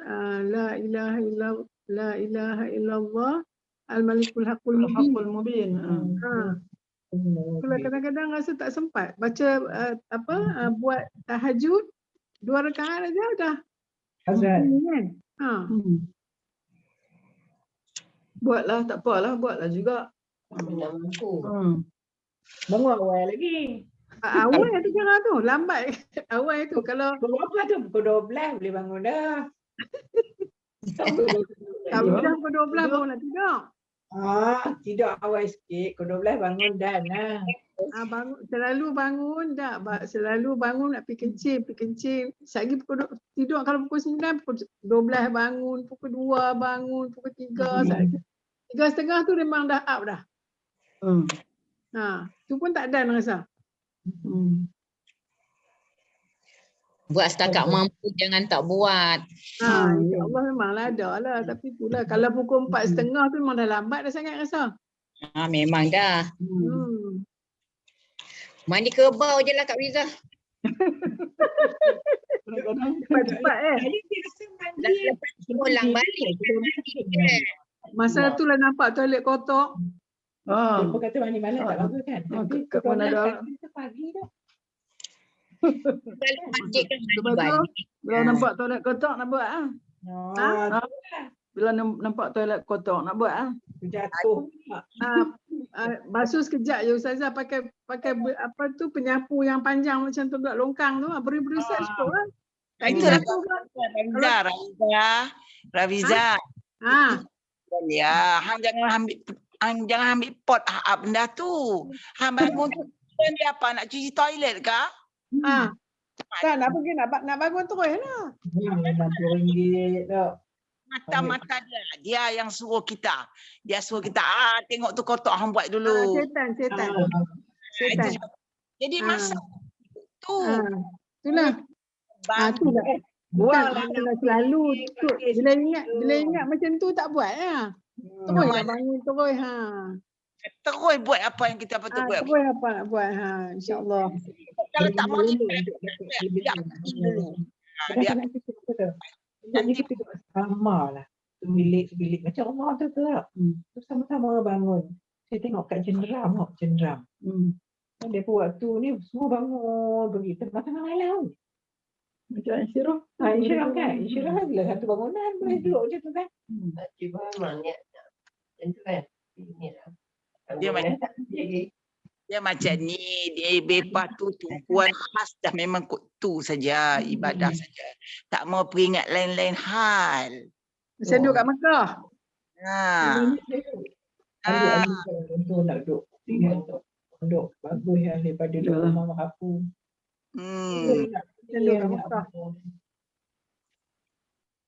Kita buatlah istiqamah, kata istiqamah. InsyaAllah. Kita taklah. Kita kena istiqamah sebelum Allah tak bagi kita kekuatan nanti kan. Kita tak tahu kita nak sihat bila, tak sihat bila kan. Sementara sihat ni buatlah apa yang patut. Buatlah apa yang patut. Saat ni besok dah tak sihat dah tak boleh buat apa. Sihat sebelum sakit Ustaz kata ya. Itulah. InsyaAllah memanglah benda tu buat insyaAllah. Okey. Okey lah. InsyaAllah kita jumpa lagi esok pagi. Terima kasih Ustazah. Sama-sama. Okey. Terima kasih Ustazah. Pak tolong uruskan. Sama-sama. Jumpa esok insya-Allah. Assalamualaikum. Waalaikumsalam warahmatullahi wabarakatuh.